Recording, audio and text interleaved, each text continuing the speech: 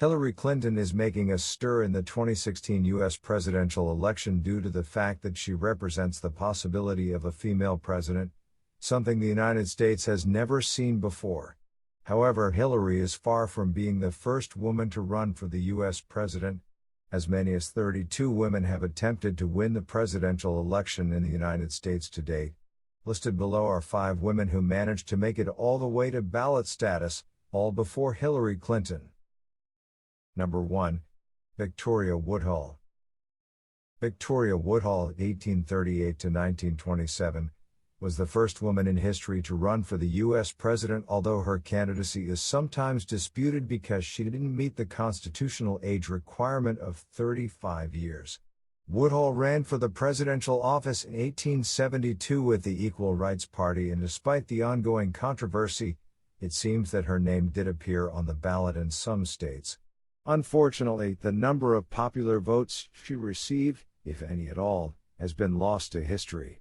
She was arrested on an account of obscenity a few days before the election and spent the election day in jail. Number 2. Belva and Lockwood. Belva and Lockwood, 1830 to 1917, was the second, or according to some, the first female candidate for the U.S. president to officially appear on the ballot. The first female attorney to be allowed to practice before the Congress, proponent of equal rights and advocate of women's suffrage, ran in 1884 and 1888 with the National Equal Rights Party. In 1885, she had to petition the Congress to have her votes officially counted, as she had proof that ballots with her name on it had either been ripped up or thrown away as false votes. Lockwood won only about 4,100 votes, but considering that women didn't have the right to vote yet, it is surprising that she got any votes at all. Number 3. Janis. Janis, born 1941, ran for the presidential office with the Socialist Workers' Party against Richard Nixon in 1972. Also remembered for her candidacy for governor of Georgia, which would lead to a lawsuit against Georgia over its ballot access requirements, Janis made it onto the ballot in 25 states.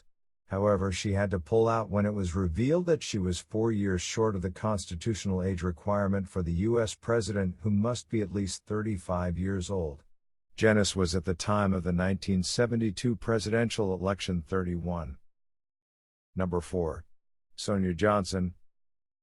Probably best known as an avid supporter of the Equal Rights Amendment, ERA, and open critic of the Church of the Latter-day Saints' position on equal rights, for which she was excommunicated from the church, Sonya Johnson, born in 1936, ran for the U.S. president with the U.S. Citizens Party and the Peace and Freedom Party in 1984.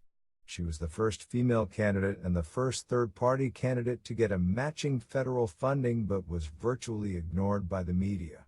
Johnson received 72,161 votes, coming in 5th. Number 5. Lenora Fulani. Lenora Fulani, born 1950, wasn't only the first African-American woman to run for the U.S. president, she was also the first woman to get onto the ballot in all 50 states.